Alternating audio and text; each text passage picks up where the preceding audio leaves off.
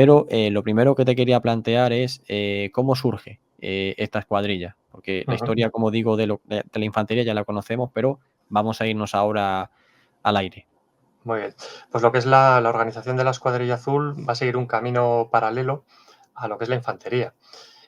Seguro que muchos tienen ahora mismo el recuerdo en mente, han leído libros o por lo menos les ha sonado un poquito el tema de que lo que es el contingente español de voluntarios se empieza a formar en casi cuando se está produciendo la operación Barbarroja. Quiero decir que estamos hablando de junio del 41, cuando se produce ese ataque de Alemania contra la Unión Soviética. Es decir, en ese mes de junio, pues muchos españoles se quedan realmente asombrados, decir, madre mía, pero los alemanes están atacando finalmente a la Unión Soviética. Era algo que más o menos se mascaba en el ambiente, no solo en España, sino en toda Europa prácticamente. Había expectativas de ese inminente ataque. Bueno, pues esto, como bien sabéis, se produce en esas fechas, ¿no? 21, 22 de junio del 41 y estamos en un ataque sin precedentes. Estamos hablando de que los alemanes destinan más de 3 millones de hombres a un frente que va a ser muy complejo, muy extenso. Si tiramos una línea desde el Mar del Norte hasta el Mar Negro, estamos hablando de una línea de 1.500 kilómetros, que lógicamente con todos los pliegues que va a tener la línea, perfectamente puede superar los 2.000 kilómetros de extensión. Un frente inabarcable, insisto. Decenas os podéis imaginar, de divisiones, bueno, ciento y pico divisiones, varias flotas aéreas. Es que no, o sea, yo creo que a día de hoy, por mucho que estudiemos el tema, no somos capaces de alcanzar a comprender la magnitud de esta operación Barbarroja. Es tremenda, las cifras son tremendas. Invito a todos los lectores a que, bueno, y oyentes y televidentes, como los queramos calificar, a los que estéis al otro lado de la pantalla, que profundicen un poquito en los libros, si a lo mejor no les suena un poco el tema de lo que es la operación Barbarroja, pero estoy seguro que muchos ya conocéis de qué va esa operación tan grande, que a la larga va a ir arrastrando a otros países europeos, como por ejemplo Rumanía, Bulgaria, Croacia, e incluso Finlandia al norte, pero es que también van a surgir voluntarios de otros países, en este caso, pues ya más lo que es el extremo opuesto del mapa, en ese caso, los españoles. Para que os hagáis una idea, en ese mes de junio del 41, en España hay un porcentaje importante de la población que ha sufrido en sus propias carnes lo que son los espantos de una guerra civil. Y ha habido un vencedor, ha habido un bando derrotado, y claro, en este caso hay muchos españoles que han pertenecido, todavía siguen perteneciendo, se consideran lógicamente vencedores de esa guerra civil, y que están culpando de alguna forma al comunismo como ideología de todos los males que se han ocurrido en España en esa contienda civil del año 36 al 39. Hay gente que no ha llegado a participar en esa contienda civil, hay gente que sí que ha participado en esa contienda civil y que cuando estalla esta guerra en el este enfrentamiento ya abierto entre Alemania y la Unión Soviética, que recordemos, hasta no hacía mucho habían sido aliados, tenían ese pacto de no agresión, pues estallan las hostilidades. En este caso, en España, como hemos visto en otros programas aquí en el canal con Carlos Caballero, el sentimiento de querer seguir luchando, en este caso, contra el comunismo en su propio terreno, es algo que va a despertar el entusiasmo de miles, y cuando hablo de miles no hablo de 2.000 o 3.000, hablo de decenas de miles de españoles que quieren enrolarse en la unidad, en este caso la División Azul, pero también en la aviación. Es decir, como todos sabéis, lo que es la Wehrmacht está compuesta por 3 ramas: el GIR, la infantería, la Luftwaffe, la Fuerza Aérea, y luego la Kriegsmarine, la Marina de Guerra. Pues también en la Kriegsmarine habrá algunos voluntarios españoles, o sea que esto es algo que también llama mucho la atención. En el caso nuestro, para que os hagáis una idea, ya en esas semanas, fechas inmediatas a ese junio del 41, cuando se produce ese inicio de la Operación Barbarroja, Falange Española es un movimiento que tiene mucho peso en ese momento en la sociedad española. Lógicamente, con la aprobación de Franco, se da, insisto, es un tema ya casi más en la esfera política, pero que merecería un programa aparte, pero así en resumidas cuentas, se empieza a gestionar en lo que son los banderines de enganche para que los voluntarios puedan inscribirse para esta lucha contra el comunismo en tierras de la Unión Soviética. En el caso de la aviación es lo mismo. Es lo mismo que en la infantería, lo único que a menor escala.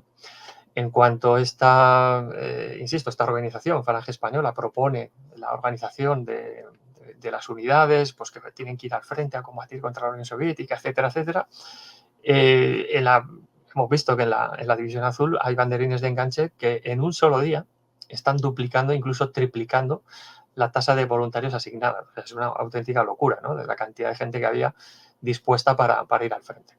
En la aviación ocurre 3/4 de lo mismo. Pensad que en este caso el Ejército del Aire tiene previsto pues, mandar un apoyo y considera que con una escuadrilla de momento va a ser suficiente. Una escuadrilla de la época, pues para que nos hagamos una idea un poco con la comparación, con una escuadrilla de la Luftwaffe estamos hablando de unos 100, 120 hombres. ¿De acuerdo? O sea, fijaros la cantidad de gente que había en el Ejército del Aire español, y en los cuarteles empiezan a presentarse voluntarios. Es decir, no cogen a nadie y le señalan, tú te vas para Rusia. No, todo el mundo que se presenta a esta unidad lo hace de forma voluntaria, absolutamente todos. También el tema es un poquito complejo porque lo que es esa fase inicial del mes de julio, el comandante que es designado para mandar esta escuadrilla es el Ángel Salas Larrazábal, uno de los ases de la caza española durante la Guerra Civil Española, en este caso en el bando nacional, con al menos 16, 17 derribos acreditados. Es un comandante que es el heredero de la figura de Joaquín García Morato, el as de ases de la aviación nacional durante la Guerra Civil Española, con 40 derribos acreditados. Mucho seguro que ya sabéis, Morato fallece en accidente aéreo recién concluida la Guerra Civil Española, y el heredero natural de la caza, en este caso de los pilotos de caza del Ejército del Aire Español, va a ser Salas Larrazábal. A él se le encomienda, ya con el grado de comandante, ya había sido ascendido años antes, pues se le encarga esta misión. Claro, hay un problema. ¿A quién escojo? ¿A quién escogemos dentro de toda esta cantidad de pilotos que hay tan buenos y tan excelentes en el Ejército del Aire? Pues la decisión fue realmente compleja. Se va a hacer una pequeña mezcla entre pilotos con mucha experiencia. Hay gente, así por un poquito citaros un pequeño resumen, lo podéis encontrar tanto en el libro como en el cómic histórico que publicamos hace ya un tiempo. Vais a ver una relación de 17 pilotos. Va a estar encabezada la unidad por el propio Ángel Salas Larrazábal y se va a nombrar a un comandante inspector, que es su viejo camarada, el comandante Muñoz, que de alguna forma va a estar haciendo las veces de comandante, que va a estar de apoyo para ir recopilando información y para, sobre todo, ir instruyéndose cómo se forma la escuadrilla y cómo se va a desarrollar la lucha posteriormente en el frente para asumir el relevo de la segunda escuadrilla. Bien, pues a estos dos hombres les van a seguir otros 15 pilotos. Hay 3 capitanes, Allende, el capitán Aristides y el capitán Bayo, y 17 en total, pues si echamos cuentas, otros 12 pilotos. Todos con el grado de teniente, algunos con el cargo, entre comillas, provisional, porque son aviadores que, insisto, han participado en la Guerra Civil, otros pues acaban de concluir su formación como pilotos ya en toda regla, no de esa forma un poco improvisada que se hacía a veces en la Guerra Civil Española, pero por poner un caso, por ejemplo, el capitán Aristides tenía 17 derribos acreditados, el capitán Bayo tenía 11, el capitán Allende tenía 7, y luego ya tenemos a otros pilotos célebres de la aviación, en este caso de la caza, durante la Guerra Civil Española, como por ejemplo el teniente Ibarreche con 7 derribos, Emilio Connor con 6, etcétera, etcétera. Estamos hablando de gente que sabía lo que era volar un avión de caza. También nos llama la atención que hay varios pilotos que no tienen ningún derribo, pero que han hecho la guerra, han estado participando en la Guerra Civil Española y ya tienen esas nociones suficientes para ir al frente. Cabe decir que todos estos pilotos, la gran mayoría, no conocen lo que son lo que es ponerse a los mandos de un Bf-109, que es al que nos vamos a ir metiendo poquito a poco de forma progresiva. Ellos han hecho la guerra en un Fiat CR32, en un biplano, y lo que es el Bf-109, algunos pues sí que lo han conocido, sí que han incluso subido a la carlinga del aparato, hecho algún vuelo, pero no son pilotos 100% habituados a ese aparato. Sí que hay algún aviador dentro de la escuadrilla que sí que lo era antes de ir a Rusia, pero para que os hagáis una idea, el promedio de pilotos de momento no había recibido formación específica en el uso de un Bf-100. Si estás escuchando este programa, te invito a unirte a los grupos de Telegram o WhatsApp que encontrarás en la descripción para no perderte nada. Pues para que os hagáis una idea, lógicamente, pues hasta que se produce la partida del contingente español, pues tenemos una serie de vuelos de prueba, en este caso en el aeródromo de Barajas, ¿vale? A ellos se les convoca en Getafe, ¿vale? Lo que es la unidad, personal de tierra, personal de vuelo, son convocados en Getafe para que se vayan incorporando a lo largo de ese mes de julio. En esos días, entre que llegan unos, llegan los otros, los pilotos, algunos de ellos, hacen unos vuelos de suelta que llaman, unos vuelos de prueba con el Bf-109 en este aeródromo, como os digo, de Barajas. Ha habido muchas personas que esto lo han negado categóricamente, yo no sé en base a qué. Yo aquí delante tengo las hojas de servicios de muchos de estos pilotos y aquí constan varios vuelos, por ejemplo, del comandante Salas en Barajas, y son vuelos cortos, simplemente para habituarse a lo que es el despegue, hacer un par de vuelos alrededor y tomar tierra. Son vuelos cortos, no son vuelos de adiestramiento puro y duro para ametrallar objetivos en tierra, etcétera, ¿de acuerdo?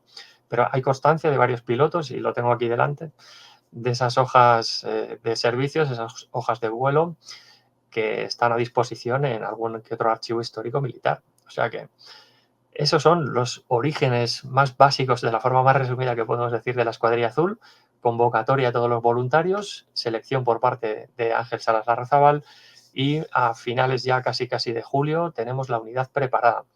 Cabe decir que, lógicamente, los pilotos, como hemos dicho, son 17. Para llegar a esos 113 que van a formar en total la unidad, hay que seleccionar a gente muy valiosa en sus respectivos oficios, ¿de acuerdo? En una escuadrilla, lógicamente no puedes mandar solamente a unos pilotos, no tendría ningún sentido. Necesitas un personal del escalón de tierra, como por ejemplo, pues mecánicos, armeros, gente de intendencia, sanidad, ¿de acuerdo? Conductores, y ya lo que es el soldado de escolta y protección puro y duro. Así que veremos, hay una serie de personajes que iremos desgranando a lo largo del programa, que tuvieron su importancia. Sí, es lo que te iba a comentar, que en comparación con la infantería, que pues al final se van a producir decenas de miles de solicitudes para entrar, y aunque pues en esa primera partida se intenta filtrar lo máximo posible, aquí, en cuanto hablamos del aire, aquí tenemos que ese filtro todavía es mayor, porque apenas hay 110, 120 plazas, entonces está claro que lo que comentas de que se tuvo que hacer un filtro exhaustivo y llevar a los mejores, y sobre todo, pues eso, ases, que ya eran, o sea, bueno, que se habían convertido en ases en la guerra civil, pues es muy importante.